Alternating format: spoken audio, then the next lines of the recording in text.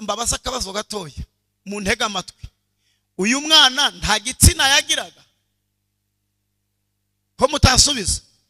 None kuki batavugaga ngo ni umuhungu bakamwita impumyi? Hari igihe ikibazo kikambira izina bwite. Ubwiza wagira uko bwangana kose, ubaye iwanyu ntusohoke iwanyu, wazapfira iwanyu nta rugo ubonye. Kubona urugo, uva mu rugo ukuma keza. Nushaka ugere mu muhanda ujye ugenda ugaruka gusa, ugende ukate ugaruke. Uko byagenda kose iyo wageze mu muhanda uhura n'abakubona. Kuba uri mugufi Imana iguhaye amafaranga ntacyo bigutwaye, ni guha amafaranga ubugufi bwihorere.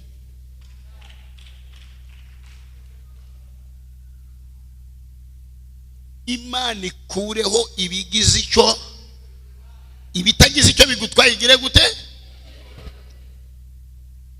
Ngira ibirenge birya ingweto kubi kubera uko bimeze, kimwe aha ikinda.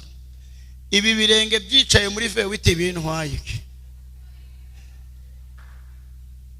mu bintu ndeganya kintabara. Ibi birenge izabyihorere, inyihere Bwite nzajya mbihishamo.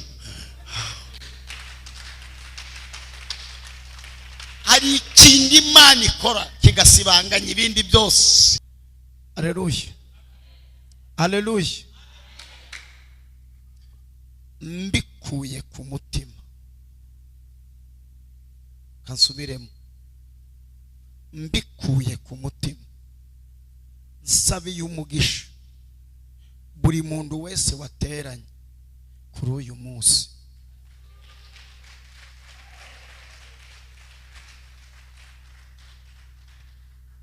Iki nicyo gipimo cyo gukura mu mwuka.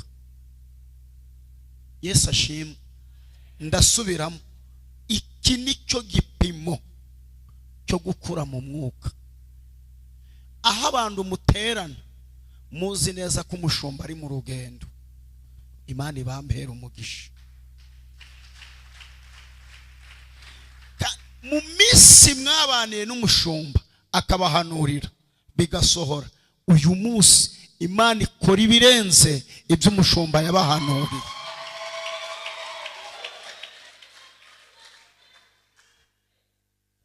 Reka ndabizi iyi torero yobowe n'umuhanuzi akaba impamvu ituma ataboneka. Hari n'abinjira bagataha, ariko icyo nicyo bita kuba umwana mu mwuka, kubera ko umushumba yajyanye Imana ye, ariko Imana y'itorero iracyari aha ngaha. Imana ishimwe. Amen. Nukuri binkoze ku mutima kubona abantu baha agaciro amateraniro y'abera, kandi ndabihamye ndashidikanya umushumba azaza afite andi mavuta, zaza zifite andi mavuta. Hanyuma rero ngewe nta minota myinshi ndi buvuge, ndavuga utuntu duke, ariko muri utwo tuntu duke ndashaka ko Yesu akora cyane. Yesu akore cyane. Abantu bafite umugisha wo gutunga Bibiliya, yabisanzwe ifatika, yabiyo muri telefone, nimufate dusome. Ubutumwa bwiza uko bwanditswe na Yohana, igice cya 9 umurongo wa 3 wonyine.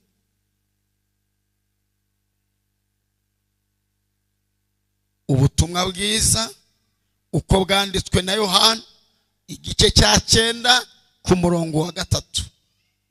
Haravuze ngo, Yesu arabasubiza ati, uyu nta cyaha yakoze cyangwa ababyeyi be, ahubwo ni ukugira ngo imirimo y'Imana yerekanirwe muri we. Mwakire neza ijambo ry'Imana. Mwanyemerera ngasubiramo iri jambo. Yesu arabasubiza ati, uyu nta cyaha yakoze cyangwa ababyeyi be, ahubwo nukugira ngo imirimo y'Imana yerekanirwe muri we. Mwakire neza ijambo ry'Imana. Nari mbasabye ngo munsubize mwakire neza ijambo ry'Imana. Imana bambera umugisha. Mu mwanya Imana impaye ndashaka gukoresha ubuhanuzi uyu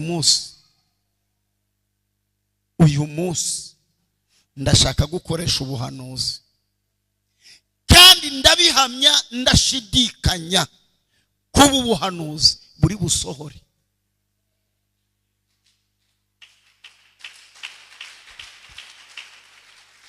Ntabwo ari ngiri bubusohoze, ahubwo nyiri ijambo arabusohoza.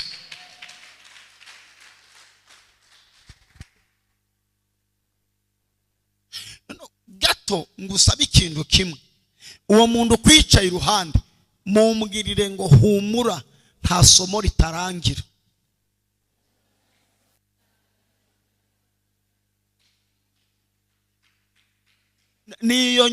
niyo nyigisho ongera umumbwirire ngo humura, nta somo ritarangira. Aya masomo uri kwiga muri iyi minsi nakuzaniye ubuhanuzi ngo agiye kurangira.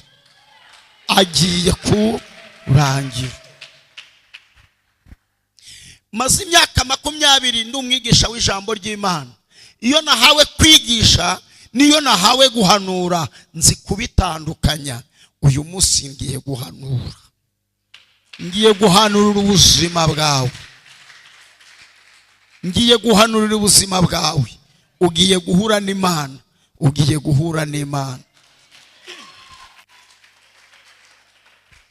Iri jambo dusomye ni igisubizo Yesu yasubije abigishwa be, agitewe n'ikibazo bamubajije.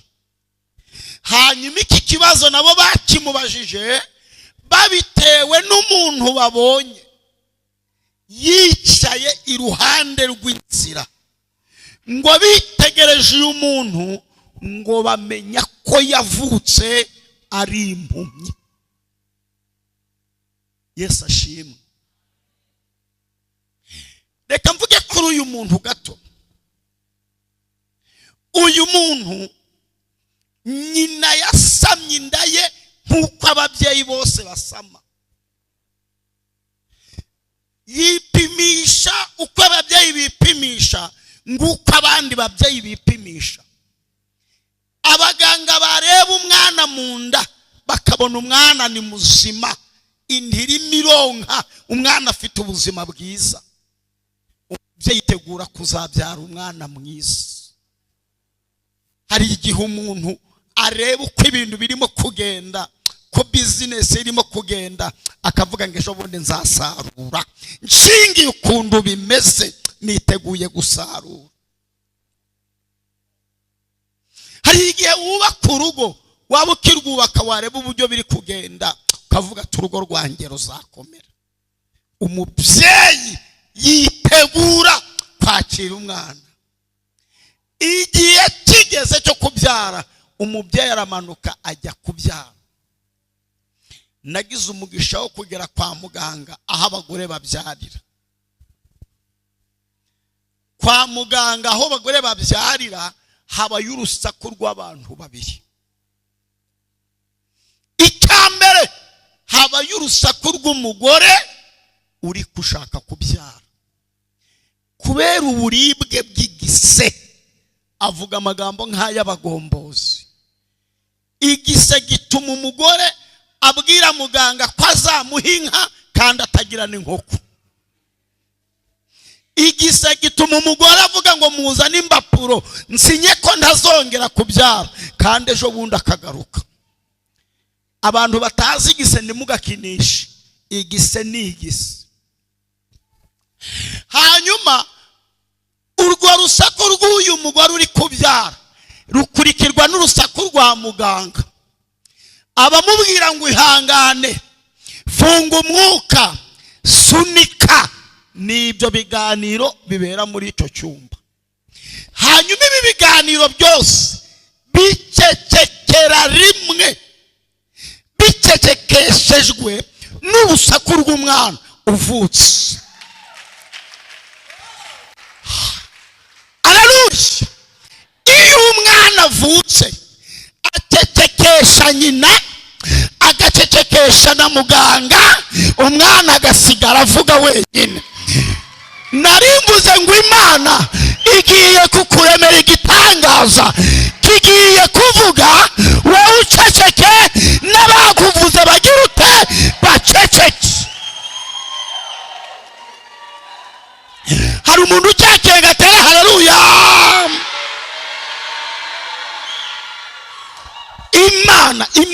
Imana igiye kukuremera igitangaza kizagucecekesha, hanyuma gicecekeshe n'abavugaga ku buzima bwawe.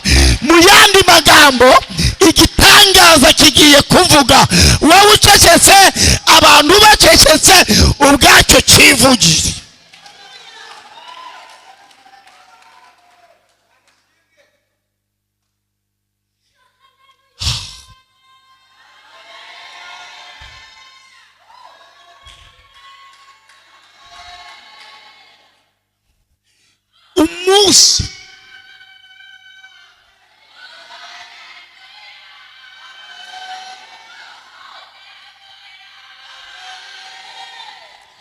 Umunsi Hana yabyaye Samweli, agiye mu rusengero gushima, ntabwo Hana yavuze, ahubwo Samweli yaravuze.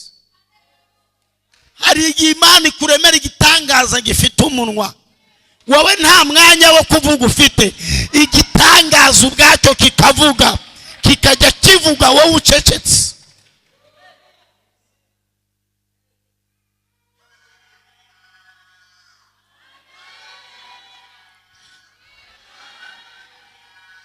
Nyuma yo guceceka k'umuganga na nyuma yo guceceka k'umubyeyi, umwana arimo kuvuga, hakurikira undi muntu wemerewe kuvuga, ni nyina w'umwana. Ahita abaza muganga ngo muga, mbyaye iki?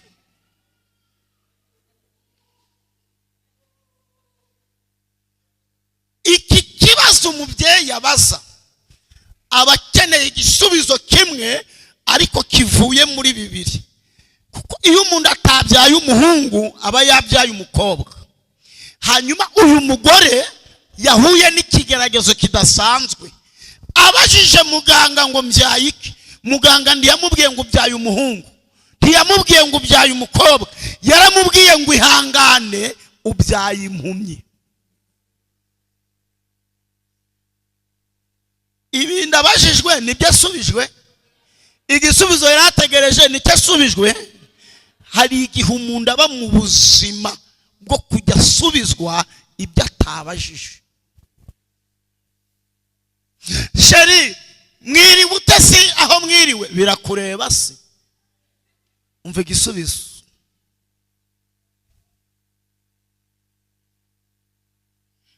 Amen, amen. Hanyuma kuki uyu mwana abaganga bemeje ko avutse ari impumyi, kandi mu mahame y'abana bose, abana bose bavuka batareba? Ngo rereka umuntu kwicara n'ubwire ngo abana bose bavuka batareba. Urakoze kunyumva. Nawe ubwawe wavutse utareba, urebye ejo bundi. Nkuko buri mwana wese avuka yambaye ubusa, ni nako buri mwana wese avuka atareba. Umwana atangira kureba bitewe n'igihe amaze. Hari ureba amaze ukwezi kose avutse atarareba. Kugira ngo umenye ko umwana ari kure atangiye kureba, nuko umunyuzaho urumuri imbere akarukurikirisha amaso. Yesu ashimwe cyane. Ariko uyu we bahamije ko ari impumyi akivuka, nta yindi mpamvu, yavukamye ubuhumyi budasanzwe. umva ngubwire, nubona umuntu mwicaranye ukabona atari gufashwa, ukabona ntabyitayeho, wimutindaho, n'ubundi ubuhumyi bwe butandukanye n'ubwawe.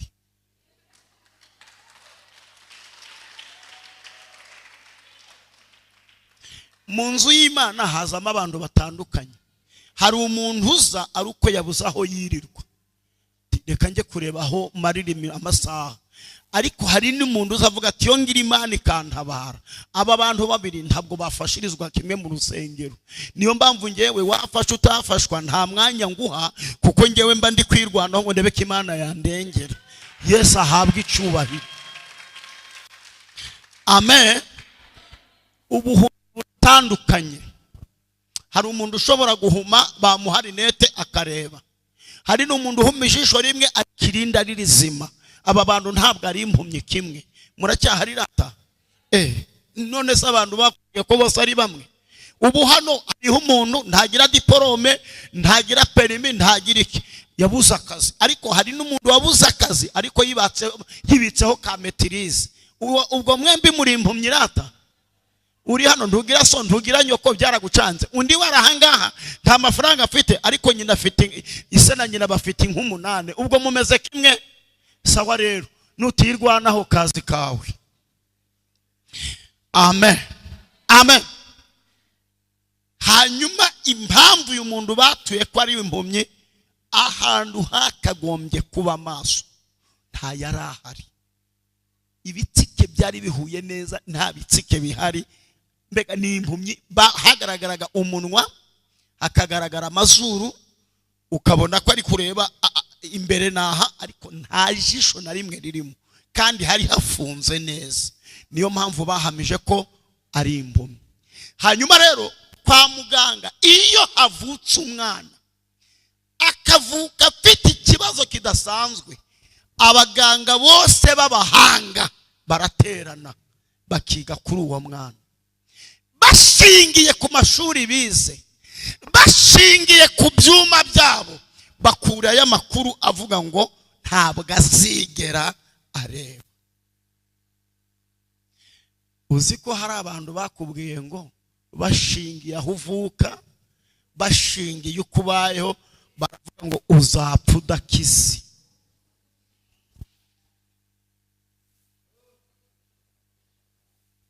Kandi wibarenganya, hari ibyo bashingiyeho bifatika. Bafite ibifatika byemezwa kutagitabawe. Barabifite bashingiye ku myaka yawe umaze muri urwo rugo. Kubyara rwose byararangiye, hamwe ntukibyaye. Bashingiye ku bipimo bapima, bakareba imyaka yawe ahigeze, kubona urugo ngo wubake byararangiye, iyakire. Babwira umugore ngo iyakire, umwana wawe ntabwo azigera areba.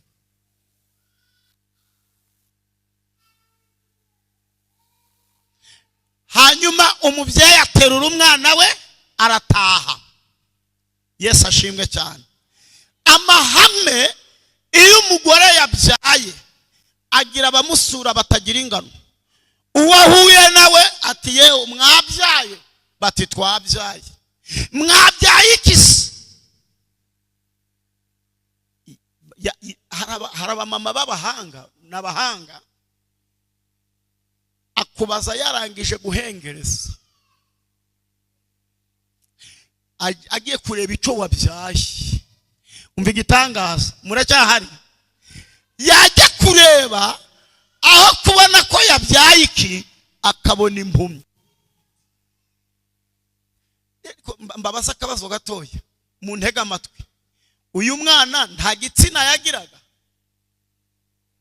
Ko mutasubiza? None kuki batavugaga ngo ni umuhungu bakamwita impumyi? Hari igihe ikibazo kikambira izina bwite. Ikibazo kikakwambura izina witwaga bakarihindura. Nugira ngo ndabeshe uzakora impanuka, ucika akaguru bazakwita akajorite. Kandi mwirangamuntu iryo zina ntabwo ririmo. Harimo Uwiringiye Imana Pierre, ariko kuko wakoze imbanuka Pierre baryibagiwe ni kajorite. Kandi niba ari guhamagara uryitabe, kubera ikibazo wahuye nacyo gifite imbaraga zo kukwambura izina.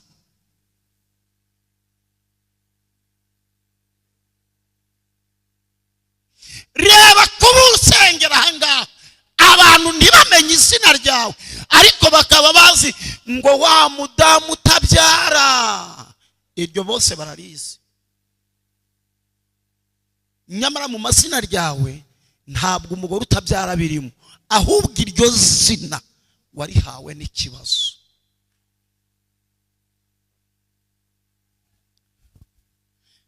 Hanyuma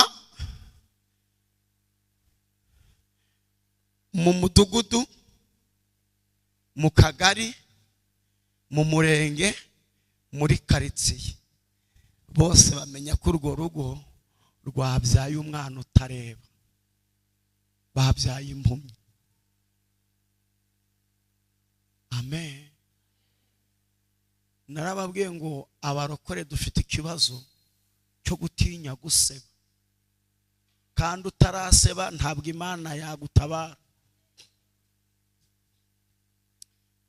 Nabona muhise murakara, kuko mu gisebo cyawe nimwe Imana ikura icyubahiro. Lazaro wavugaga iyo Yesu amuzura gipfa ntago byari kugira agaciro, ariko kureka kamara iminsi 4 yahagera abantu bakamenya ko Yesu ahageze, abantu bakaza bagashungera, Yesu akamuzura abantu bahari, byagize imbaraga zo kwamamaza ubutumwa bwa Yesu. Reka usebe abantu babimenye, kuko umubare w'abazamenya ko wasebye ungana n'umubare w'abazamenya ko Imana yagutabaye.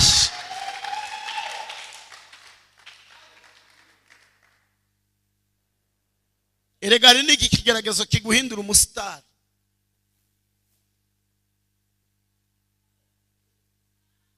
Ko mwabaye muti.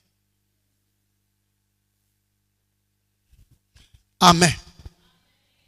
Amen. Hanyuma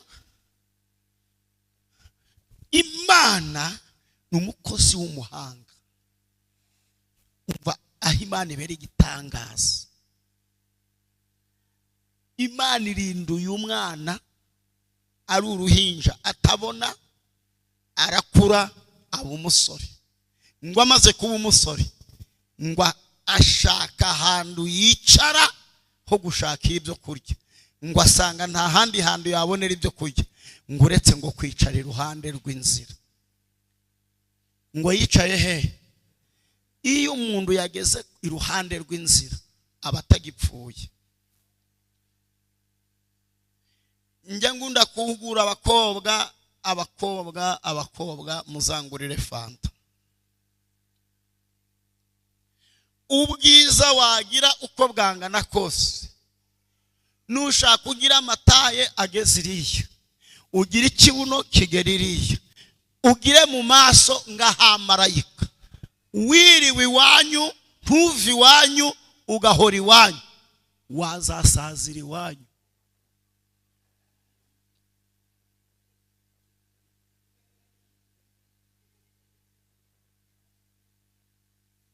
Akanda gasubiramo. Ubwiza wagira uko bwangana kose, ubaye iwanyu ntusohoke iwanyu, wazapfira iwanyu nta rugo ubonye. Iba kubona urugo, uva mu rugo ukuma keza. Nushaka ugere mu muhanda ujye ugenda ugaruka gusa, ugende ukate ugaruke. Uko byagenda kose iyo wageze mu muhanda uhura n'abakubona. Etaje yo mu gishanga irutwa na shamburete ku muhanda. Ikintu cyose iyo cyageze ku muhanda gihabwa agaciro. Abanyumvisha bavuge ngo amina. iyo umuhanda wageze ahantu ibiciro by'aho hantu birazamuka. iyo umuhanda wageze ahantu izina ryaho ryageze rirahinduka. ibyitwaga umurima bihita byitwa ikibanza.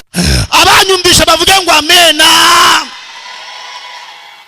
nta muntu wajya gukodesha inzu yifite amafaranga ngo ajye kure y'umuhanda. arakubaza ngo umuhanda ugerayo muracyahari?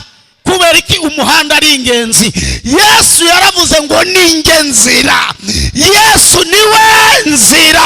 iyo wageze kuri Yesu inzira ibintu birasobanuka. iyo wageze kuri Yesu abatazwi baramenyekana. arunyumisha ngavuge ngo amina.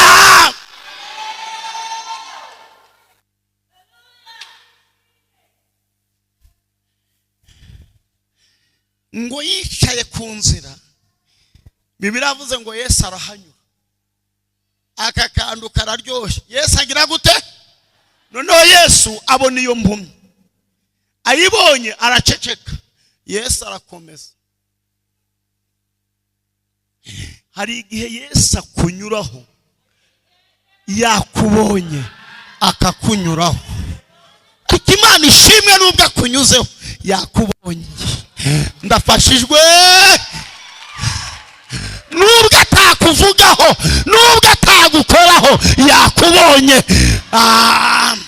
hari igihe abantu baza mu materaniro ngo kubera ko batabarambitseho ibiganza ngo bababwire ngo iravuze, bakavuga ngo Imana ntabwo yavuze. umva, weho winjiye mwa uriya muryango Imana yakubonye, ibyakuzanye yabibonye. haleluya.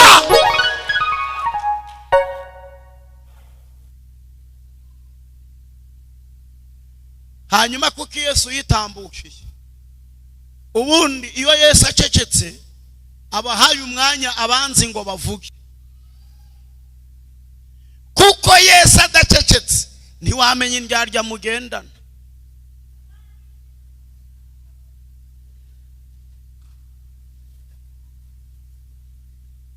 ubundi mama pastor, uyu munsi nibwo mwari kwandika umwirondoro w'abakirisitu banyu bwite, kuko umushumba adahari. abateranya abo ni abakirisitu banyu, naho abatari abanyu bari gucungana nuko umushumba azaza.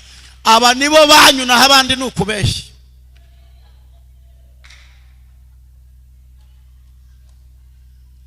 ntabwo mushobora kumenya ababakunda umushumba ahari. iyo umushumba adahari, umuntu uza guterana kandi azi ko adahari, ngo uwo mukirisito wanyu, muwo mukirisito, ngo uwo mukirisito.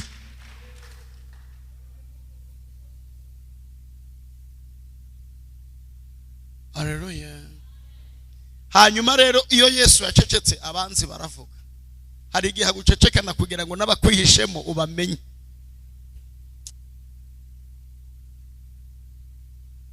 amen, amen.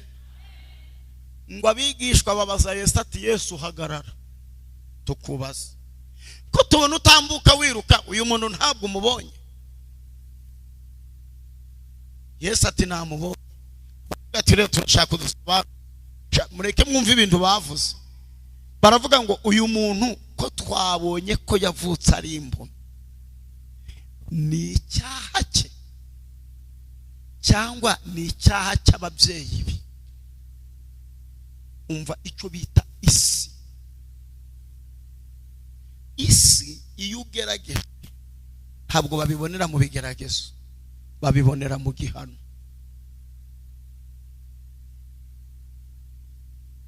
babibonera mu gihe abantu bose bazi ko ibyakubayeho ari igihano.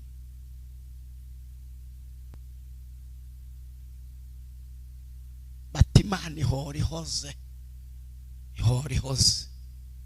bati ngiyo impamvu yatumye atinda kubyara, yakuyemo nyinshi.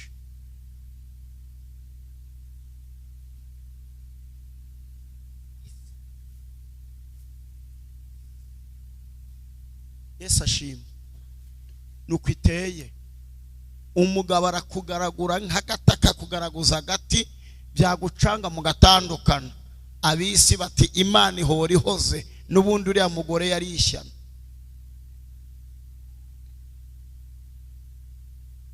isi nuko iteye utinde kubona akazi ujye gukora byange abakabonye baravuga ati n'ubundi mu ishuri yarakoperaga.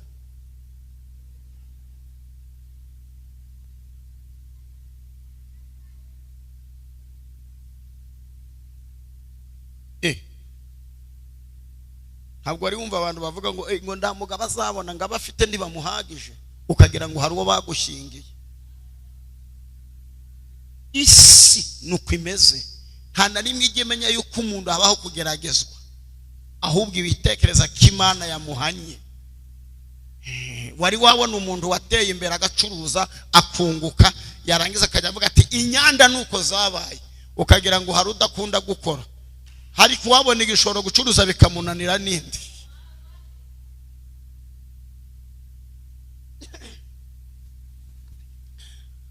Yesu arabasubiza arababwira ngo uyu nta cyaha yakoze, n'ababyeyi be nta cyaha bakoze, ahubwo ibi byamubayeho, ibi byabatunguye mukabona ari mu buzima bugoye, byavuye ku Mana, kuko Imana ishaka kwiyerekanira kuri we. Hari ibintu bitubaho atari uko Imana itwanga, ahubwo Imana ishaka kwerekana imirimo yayo kuri twebwe. Umuntu kwicara iruhande mubwira ngo humura, ibyo wahuye nabyo ntabwo ari ibyaha, kuko abakire muri iyi si nibo banyabyaha. Abatunzi ibyo tudafite ntabwo ari uko baturusha gukiranuka, ahubwo ibi biri kutubaho ni uko Imana ishaka kwerekanira imirimo yayo kuri twebwe. Amen. Yesu ahita avuga ijambo aravuga ngo noneho rero ubwo mumvugishije nanjye reka mbereke mbite nkora. Aravuga ngo ngwiriye gukora umurimo w'uwantumye hakiri ku manywa. Numva nuko nge nigisha nibikugora bikugore wihangane, ngo rere ku muntu kwicaye iruhande umumbwirire ngo Yesu aje kugutabara ku manywa y'ihangu, ntabwo azaza nijoro, akwiriye gukora umurimo w'uwamutumye hakiri ku manywa.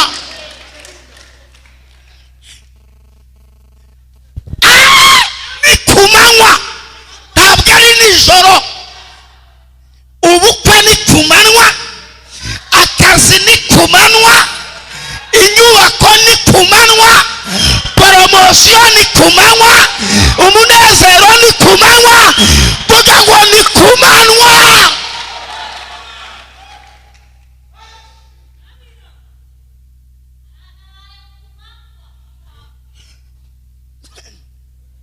Biblia avuga ngo nuko Yesu ngo ahita atoba utwondo, ngo utwonda tobye ngo adusiga hakagombye kuba amaso.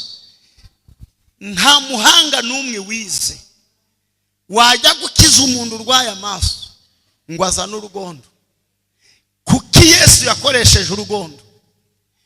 Mwibuke ko uyu muntu nta maso agira, kandi umunsi Imana yaremye umuntu yamuremye mu rugondo. Ndafashijwe ngo yamuremye, none bivuze iki? Ahandi Imana yabumbiye umuntu, urugondo yabumbyemo abantu, na n'uyu munsi ruracyahari. Ndafashijwe. Ahandi Imana yabumbiye umuntu, urugondo yabumbyemo umuntu ruracyahari. Niyo mpamvu abantu bakubwira ngo uzapfa utabonye umugabo. Niba ku isi nta mugabo wawe uhari, Imana izafata urwondo ibumba wawe, kuko urwondo ruracyahari. Ariko nirunyibishe ngavuge ngo amina. Munda yawe nta bana barimo, nibyo intanga barazisuzumye basanga zarapfuye, yego, ariko urwondo rwo ruracyahari. Imana izabumba umwana imushyire mu nda yawe. Nirunyibishe ngavuge ngo amina. Ngo urwaye kanseri iramaze, urwondo ruracyahari. Iyo nyama yaboze ijuru rizayivanamo rireme iyindi rushyiremo inyama nzima kuko urwondo ruracyaha.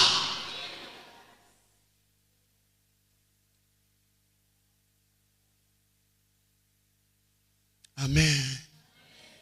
Ngo Yesu asiga ku maso, ngo arangije arambwira ngo ugende ujye kwiyuhagira, ngo ku kidendezi Sorowamu. Muntega amatwi, n'ubwa mbere Yesu yahuye n'impumyi bagatandukana itarebye.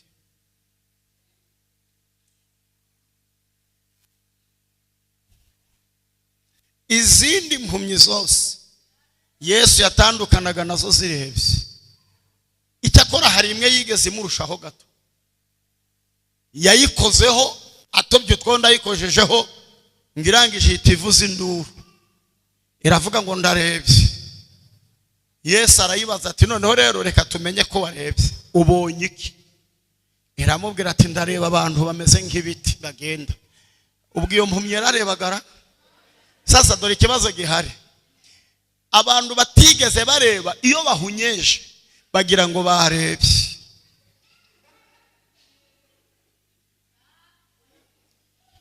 Umunsi nujuje miliyoni y'amafaranga, nejo bundi narayujuje ko nta uri buyangiwe si miliyoni narayujuje nejo bundi. Murahari nabwiye abana ati mugure keke tuyikate, fata miliyoni ngisasa imbere y'abana ati dore Imana yambaye amafaranga miliyoni nayujuje. Umva rero iyo utarareba ugira ngo warebye. Iyi miliyoni nari ndi kurata, hari abajya gushopinga bakayisigayo. Ngo rero komondo mwicaranye ngo wikihagararaho ntabwo urareba.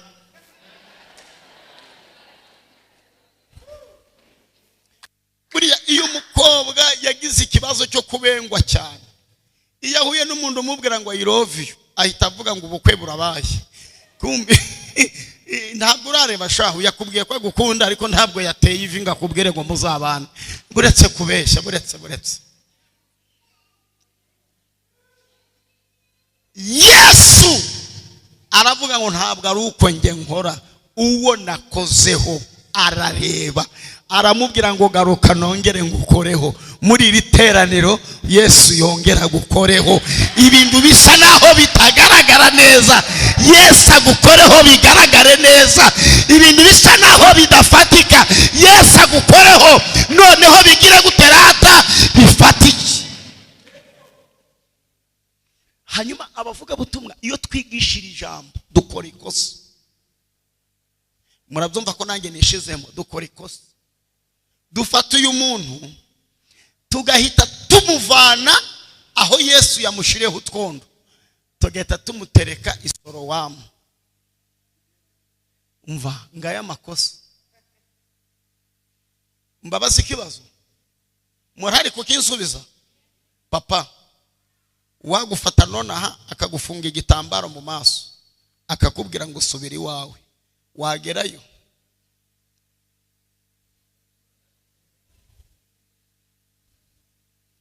Dore amakosa dukora, dufatiye impumyi tugahita tuyitereka i Sorowamu.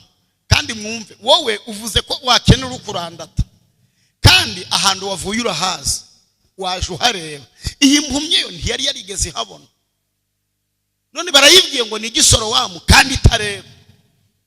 Kugira ngo ugere i Sorowamu ntabwo ari ibintu byoroshye. Kuva handi Imana ivugiye kugera aho ibisohorera ntabwo ari ikintu cyoroshye. Ntushobora kugera i Sorowamu udahuye n'abakwita umurozi. Ntushobora kugera i Sorowamu udahuye n'abakwita indayo. Ntiwagera i Sorowamu udahuye n'abakwita umutekamutwe. Kuva handi Imana ivugiye kugera aho Imana isohoreza harimo urugendo rukomeye. Kubera iki urugendo rukomeye? Imana yaravuze ngo ndi Alpha na Omega, ndi itangiriro ngaba n'iherezo. Ariko Imana ntabwo iri hagati. Hagati ni ahabantu. Hagati ni ahabantu. Hagati abantu baravuga, hagati abantu bakwereka ko bidashoboka. Ariko icyiza gihari, Imana ni Alpha ni Omega. Iyo ivuze itangiriro ikavuga n'iherezo. Ibiri hagati byigucanga, nubwo hagati bicanganye, we hita ku Imana yakuvuzeho. Nubwo bigoranye, ariko amaherezo uzahagera, kuko ni Alpha na Omega. Imana ni itangira ry'ubuzima bwawe, ni nayo soza ry'ubuzima bwawe. Abarozi bitambika hagati rero ntabwo baza n'iherezo ku buzima bwawe, kuko Imana niyo herezo y'ubuzima bwawe. Imana ishimwe. Hanyuma agenda adandabirana. Bibiliya avuze ngo ageze i Sorowamu aramanuka ajya mu mazi, ariyuhagira. Ngo yiyuhagiye arareba, ngo agira gute? Uzi ikintu ngiye kuvuga muracyumvara? Ndi muri bundakarire. Ndagira ngo mbabwire mwese mwicaye aha, nanjye ndimo, nta n'umwe ureba urimo. Nikimenyi ikintu cyabazanye hano ni ukugira ngo Imana ibafashe murebe. Uyu muntu nta kindi kibazo na kimwe yari afite. Amatwi yari mazima, umunwa ari muzima, amazuru ari muzima, amaguru n'amaboko ari mazima, ariko afite ikibazo cy'amaso yo kutareba. Hanyuma iyo umuntu atagira amaso arumva ariko ntareba. Tumaranye iminsi twumva ariko ndeturebe. Ujya kumva ukubate we nguhaye inzu ukabyumva, ugategereza kubona inzu ugaheba. Nase wayireba utarareba. Ubu hano mwese mufite ibintu mwumvisha, ariko kubibona byaranze. Hanyuma rero muri iri terano ry'uyu munsi, Imana twaje imbere iduhumura amaso turebe ibyo Imana yavuganye natwe. Iduhumura amaso turebe ibyo Imana yagize ute yavuganye natwe. Ngo ahumutsa bararebye, arebye abona ibintu yumvise. Hanyuma uyu muntu umaze kureba rero ntabwo araguma aho yarebeye, ahubwo arasubira iwabo. Aka kantu ndagakunda we, ngarasubira hehe? None inzira yanyuzemo atareba niyo agiye kunyuramo areba.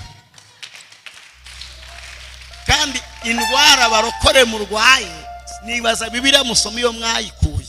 Ninde wabaye ko umuhanuzi wese ahanura abanje gutitira?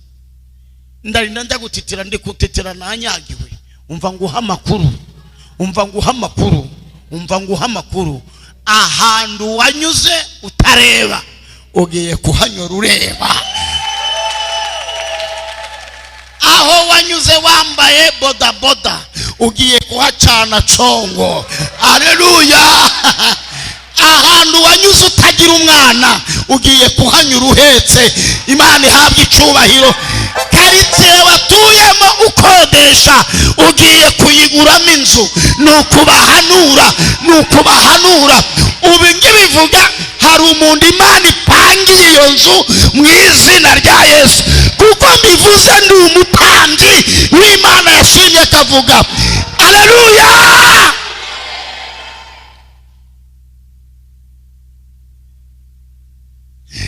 Ngo arahindukira. Bibiliya avuga ngo agihindukira ngo ahura n'abari bamuzi kera. Umuntu mweceranye mubwira ngo wikihagararaho, barakuzi, barakuzi byaragucanze, barakuzi byarakuyobeye. Barakuzi we, barakuzi, barakuzi, barakuzi, barakuzi, barakuzi, barakuzi. Imyaka umaranye ubushomeri barayizi wikihagararaho. Imyaka umaze iwanyu utagira umugabo barayizi, hamwe barayizi. Ngo abari bamuzi kera ngo batungurwa no kumubona rero. Abari bakuzi kera batungurwa no kukubona byasobanutse. Abari bakuzi kera batungurwa no kukubona nawe byaciye. Reka mbanurire ubuzima bwawe. Ugiye gutungurana muri karitsiye, ugiye gutungurana aho utuye, ugiye gutungurana muba mwiganye, ugiye gutungurana muri bene wanyu. Ninde ubyumvishe ngo atere haleluya? Mu izina rya Yesu wampamagaye ngo aturiyeho gutungurana. Genda utungurane, genda utungurane. Ayo Yesu suwenda kumvise none abantu batangira ngo uriya niwe abandi bati siwe abandi bati arasa nawe hari igihe kigera ugahinduka ikimenyetso cy'impaka mu bantu niwe cyangwa siwe niwe cyangwa siwe ngo arangije nawe arabumvira arababwira ngo ninjye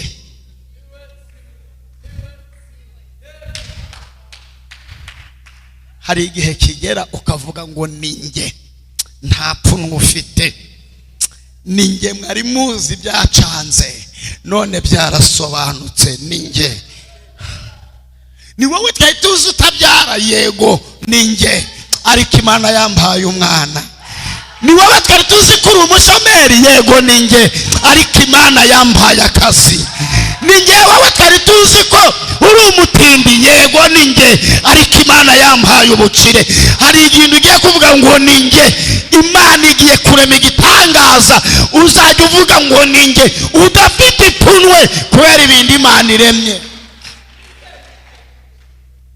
baramubaza ngo none amakuru tukuziho tuzi neza ko ibibazo wari ufite utareba turabizi neza ko utareba none warebye ute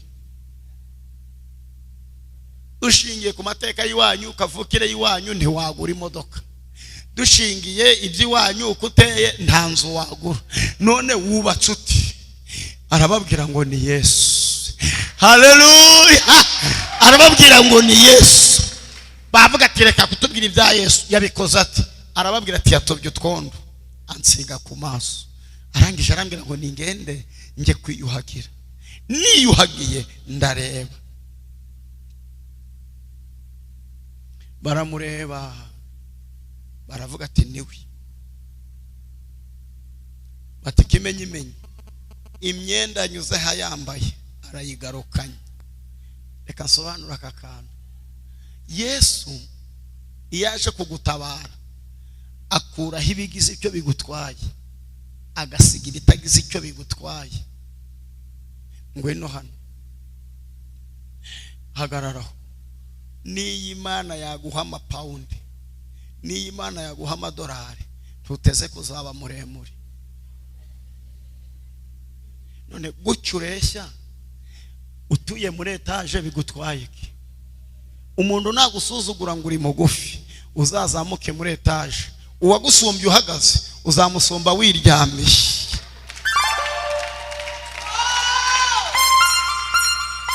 kuba uri mugufi Imana iguhaye amafaranga ntacyo bigutwaye ni guha amafaranga ubugufi bwihorere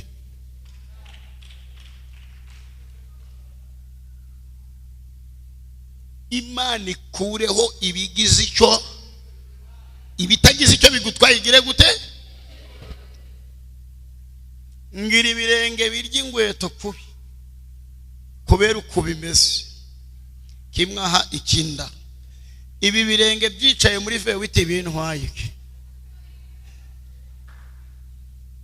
mu bintu ndeganya kintabara ibi birenge izabyihorere inyihere Bwite nzajya mbihishamo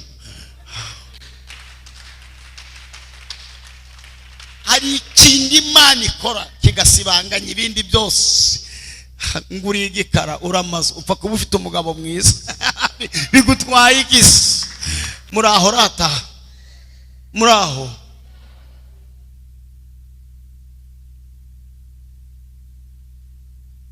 katugire dusoze muracyahari sawa igiye guhwaniramo umva ijambo Yesu yavuze ngo uyu nta cyaha yakoze ababyeyi be nta cyaha bakoze ngo ahubwo ngo nukugira ngo imirimo y'Imana yerekanirwe kuri we munyemerere nsobanurire ijambo iyo Imana ishaka kwerekanira imirimo yayo kuri wowe bisaba ko ituma uhura n'ikintu abandi badahura nacyo reka mbaho urugero ubu muri iri teraniro biragoye ko umuntu ari bwibuko bari bicaranye. Se muranyumvishe? Nitumara gutaha ntabwo uwo mwanya urabuki ufite. Ariko muri iri teraniro haramutse hajemo umuzungu, mwese mwataha inguru muvuga ati uyu munsi haje umuzungu. Muzima bavuga ngo haje umuzungu nuko afite uruhu rudasa n'urwacu. Iyo umuntu afite ikibazo kidasa n'icy'abandi bituma abantu bamwigaho cyane. Munyumvi,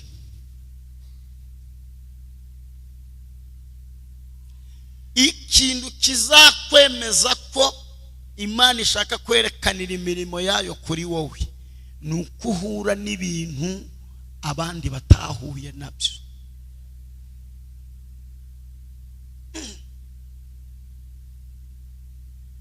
Hari umuntu wari wamenya amateka y'umuntu wakoze muri nibature ubukwe muri nibature uretse ngewe? Hari uwundi mwari mwumva? Ko mutansubiza, hari uwundi mwari mwumva? Nugira ngo ndabeshe uzafate telefone yawe wandikemo iryo jambo, nubona baguhaye undi uzangaye. Buri kinyamakuru kiba muri iki gihugu izo nguru kirazifite, ni ngewe. Hanyuma rero kuva ari ngewe rero nahuye n'ikinda abandi batahuye, Imana yabikoze kugira ngo mbikibaho.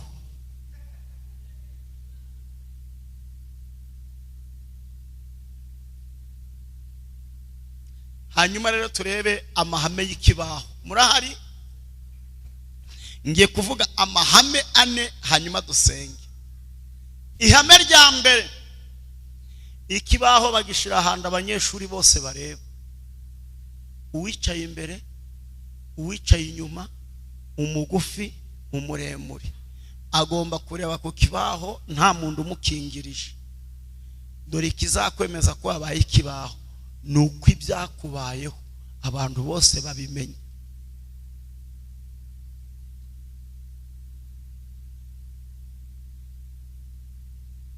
Iyo ibyawe abantu bose babimenye uba wabaye ikibaho. Uraburara wabihisha abana bawe bakabivuga bati rata twaburaye yibeshye, bakamenya ko uri umunyenzara. Iyo yaguhinduye ikibaho umugabo agukubitira hanze, abantu bose bakamenya ko baguhonze.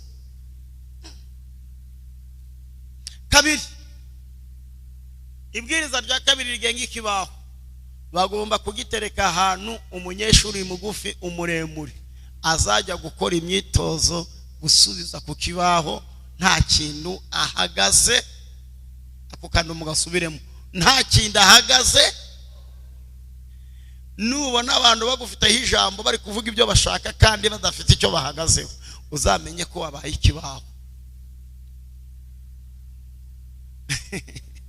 Nkunda akakwita umurozi kandi kuva y'abatarabona uroga ari kubishinja nta cyahagaze. Hanyuma nyuma y'isomo rya mwarimu, iyo mwarimu amaze gutanga isomo ku kibaho, abanyeshuri bemerewe gukora ibyo bashaka ku kibaho. Bashatse baza bagasaragura, bashaka bagashushanyaho udupusi, bashaka bagashiraho komanteri. Niyo mpamvu Imana imaze kugutangira hiryo somo uri kwigishwa, abantu bose bagize icyo bavugaho.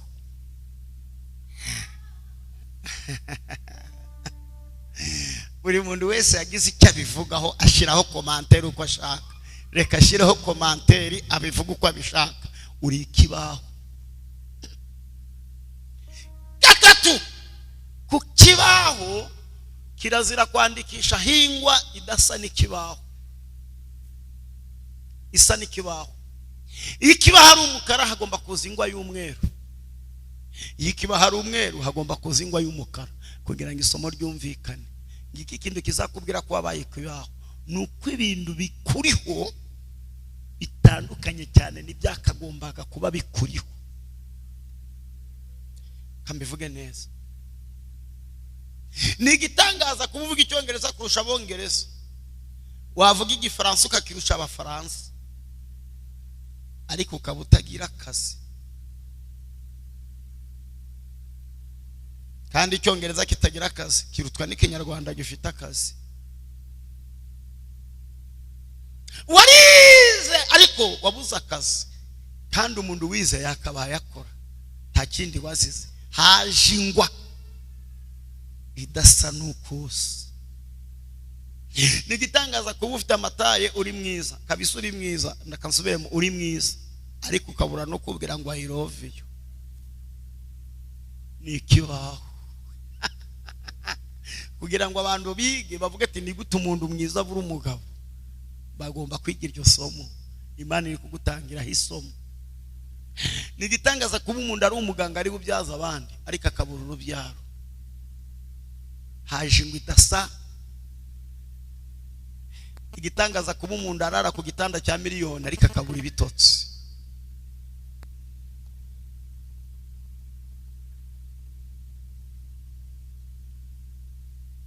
Hajingwa idasa no ku muntu. Nigitangaza kuba iwawe haba ingoko n'umuceri n'amafiriti ukaba utemerewe kujyaho na kimwe, ukarya ibihaza n'amadegeti, byose biravukana.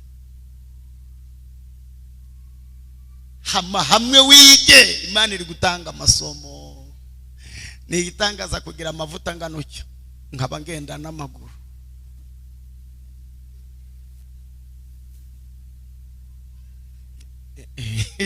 Murabona atari gitangaza. Irigirene ndavuga ndagubeje sindavuga. Shingiye kuri aya mavuta nakaba ngenda muri kave bitewe ni habe nigare. Rewe ni ikibaho. Kamvuga icyanyuma soze. Murahari? Mwiteguye kwakira ubuhanuzi? Isomo rirahinduka, mwarimu agahinduka. Ikibaho ndi gihinduka, abanyeshuri ndi bahinduka. Mukoresha ubuhanga. Isomo rirahinduka, mwarimu agahinduka, ikibaho ndi gihinduka, abanyeshuri ndi bahinduka.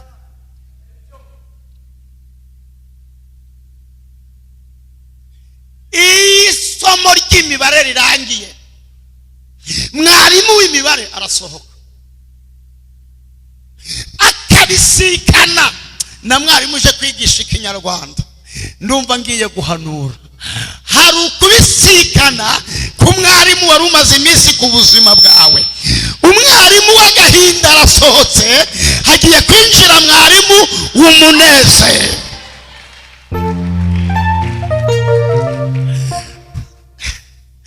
Iyo mwarimu yinjira abanyeshuri bose baguruka ati turakwakiriye mwarimu, dushimye Imana ko mwarimu w'imibabaro agiye, hakaba haje umwarimu w'umune. Abarimu iyo bahura, buri mwarimu abwira mugenzi we ngo akazi keza, undi ati nawe wakoze gukora. Mwarimu akinjira. Iyo yinjiye ahantu hambere areba ku kibaho, agasanga hari imibare kandi aje kwigisha Ikinyarwanda. Turashima Imana ko mwarimu ntabwo azanywe n'imibare. Umwarimu mumaranye igihe yagiye. Umwarimu uje ntabwo aje kwigisha ibyo wari umaze igihe yigisha. Mwarimu w'agahinda yagiye, mwarimu w'ubukene yagiye, mwarimu w'inzara yagiye, mwarimu w'ubugumba yagiye. Haje mwarimu w'ibisubizo. Nukuri ko Imana yampamagaye ndahanuye. Imbere y'Imana yampamagaye ndahanuye. Hanyuma rero mwarimu iyo yinjiye akareba ku kibaho, asanga iryo somo atari ryo rimuzanye, agahindukira akabaza abanyeshuri, ririya somo mwarangije kuryandika? Hakavamo ubunyeshuri butanu bakavuga ngo ntabwo turafata note. Mu buzima duhorana ubunyeshuri butanu. Baba udashaka yuko ikibaho bagisiba, wavuga ati ntabwo turafata note, mureke tubanze tuyifate. Mu buzima duhorana abantu bahora bavuga ati nabababara tubanze turebe uko bababara. Ariko Imana ishimwe, mwarimu agahita abaza ngo abafashe note ni bangahe, bagashira hejuru. Mwarimu agasanga abafashe note ni 30, abatarazifata ni 5. Agahita ababwira ngo abatarafata note muzisaba bazifashe. Korahanga abatarabonye kubabara kwawe ntabyo bakibonye, bazabibaza babibonye kuko amateka yageze gute, yahindutse. Narimvuze ngo abatarafata note bazazisaba bagize gute, abo ndabwo nzongera gukora ubukwe muri niba turi iyo somo ryararangiye ahubwo ababibonye bazajye babibabwira note harabayifashe murakoze mwarimu yamaze kuvuga iryo jambo ahita avuga ijambo ry'ubuhanuzi akavuga ngo efase le tableau reka ngora agatendo nimushake mu ndakarire bari abantu batatu bangana Imana Umwana n'Umwuka Wera ubambwirire ngo mwarimu aravuze ngo efase le tableau efase papa iryo somo maze iminsi wiga ryarangiye nibarihanagure iryo somo nibarihanagure papa iryo somo nibarihanagure mushiki wacu nibarihanagure iryo somo nibarihanagure efase le tableau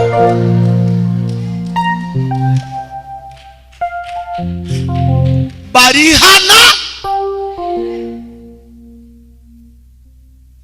ndashima Imana ko nta mwarimu uhanagura ikibaho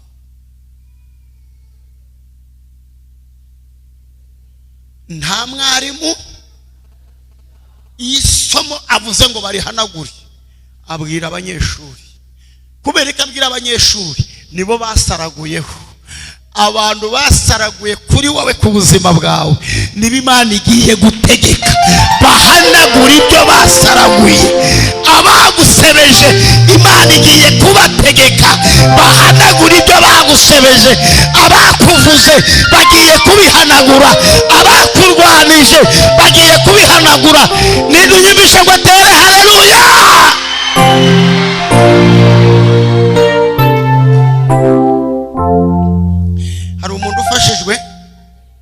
hari umuntu wumva afashijwe n'ijambo ry'Imana urumva ijambo ry'Imana rigufashije haguruka utere haleluya umuntu wumva bimurimo ahaguruka atere haleluya